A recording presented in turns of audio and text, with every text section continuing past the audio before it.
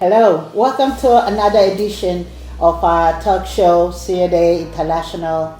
And I want you to join me to welcome my co-host and sister, Mrs. Lami Olemo, registered nurse. Hello. On this edition, we thought it was a good idea to talk about the opioid epidemic.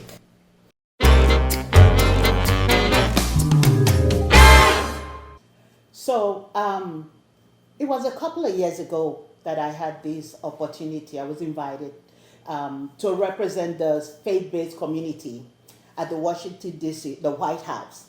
So on getting there, there were people from different states. It was a cozy, gathering of people who would, find a way or two to try to infiltrate the culture, to destroy this opioid epidemic that is going on and destroying our next generation. And during that time, the government is giving it everything it can, but between then and now, it's even worse. There are a lot of kids that are dying as a result of this epidemic. And it was a few months ago that we had another solemn gathering at the local meeting, a town hall meeting again, where they wanted us faith-based organizations and anybody in the I was invited by the Chamber of Commerce, to come and sit down and talk with the people. And they gave us a lecture about how can we make a difference, how can we help our children. And I happened to be at the emergency room of a local hospital in this community where I live, where young people are coming in stoned, high, not even recognizing themselves, meeting their own parents at the emergency room. Their parents are high, they are high. What is all this? It is becoming a major disaster. People are getting hooked on stuff. Why is it so hard to deal with reality? Life is real. We're not trying to prove anything. Life happens to everybody. How can we make a difference? Why are we dealing with medicating ourselves to death? And we can't have a next generation that we can look to now to help us when we are older. If we don't fix it, we will not have a future. What do you have to say about this, my sister? I am lost for words with the way things are going with this crisis that we have in this generation. Lord have mercy. And I don't know what to do, what we can really do, but we have to, the church family needs to come out and help with this crisis that is going on. I don't know where they get these drugs from, but it's destroying our kids. Exactly. It's destroying our kids. Exactly. So we just really need to find a way, and the government is trying, and they're putting money out to help, and then we have to, the teaching have to start from home too. True. The schools, but True. now the children these days don't really listen to the teachers that much. Their hands are tied to what they can really do. So, and I'm sure some of them are selling drugs in school. I really don't know, what we can do. I would like to say, when it comes to opioid, people are abusing pain medicine. Opioid is a pain medication, medicating themselves to death. Where is the pain coming from? We can treat the surface all we want and try to give people the medication to stay away, to numb the medication. You know what I'm saying? Like, there's some medications that they'll say, oh, if you're addicted to this medication, take this medication. Hello. Before you know it, you're addicted to the other medication. Why all this medication? There is so much pain in the world today. Why? And some of it is because they started doing this because they probably had surgery or and they were prescribed those medications. True. And they got addicted to the medication. And I think now there's a system put in place Yes. for the doctors to Yes. to monitor Yes. how these medications are being prescribed. Yes. And I know some people are just being prescribed medication, you know, For the slightest reason. for the slightest reason. Yeah. Anything you go in those days, if you go anywhere for headache, they'll give you Tylenol number 3. If you go for, you know, just Yeah. the slightest thing, they just Yeah. put a Band-Aid by just giving you pain medicine. And that's how a lot of people got addicted to that.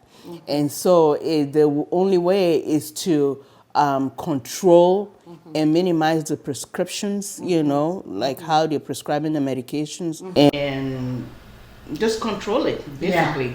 And I see the government is trying to control it by limiting how the doctors can really prescribe pain medication. Yeah.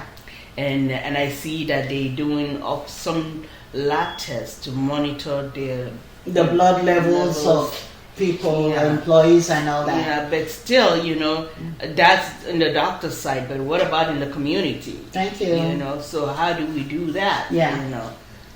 So, I mean, this is where I would come from the perspective of a minister, of a Christian nurse, of a woman of God that has this concern for the next generation. When we had that meeting, both in the White House and locally by the Chamber of Commerce, in the little cozy meeting, the underlying issue is pain. Pain is everywhere. How come we got so much pain? It's like we have more pain now than ever before. My point of view, what I'm trying to get at is, what is the church doing? Because everything starts from the spiritual. Why?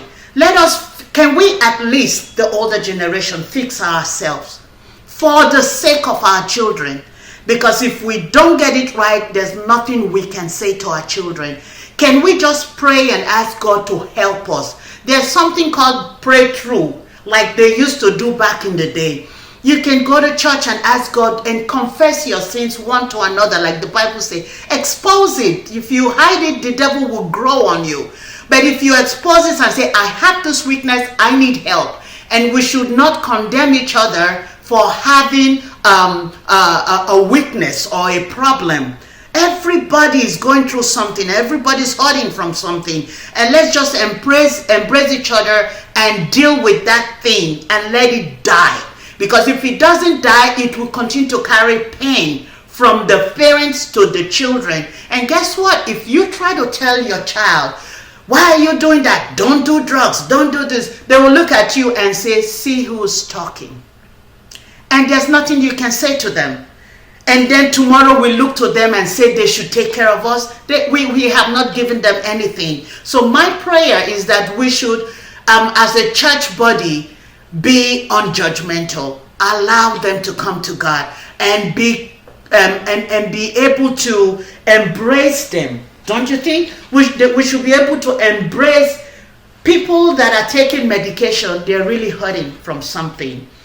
There is, I think the least of this opioid crisis is from medication from surgery. I think that's even the minimum, because some people go in with doing maybe a procedure and take some pain medication, and after a while it becomes addictive. The number of people that deal with that is not even that many. I would say that's like half of the percentage. But there's another percentage that can deal with life. They don't want to deal with reality. If I am sober, then what am I doing with my life?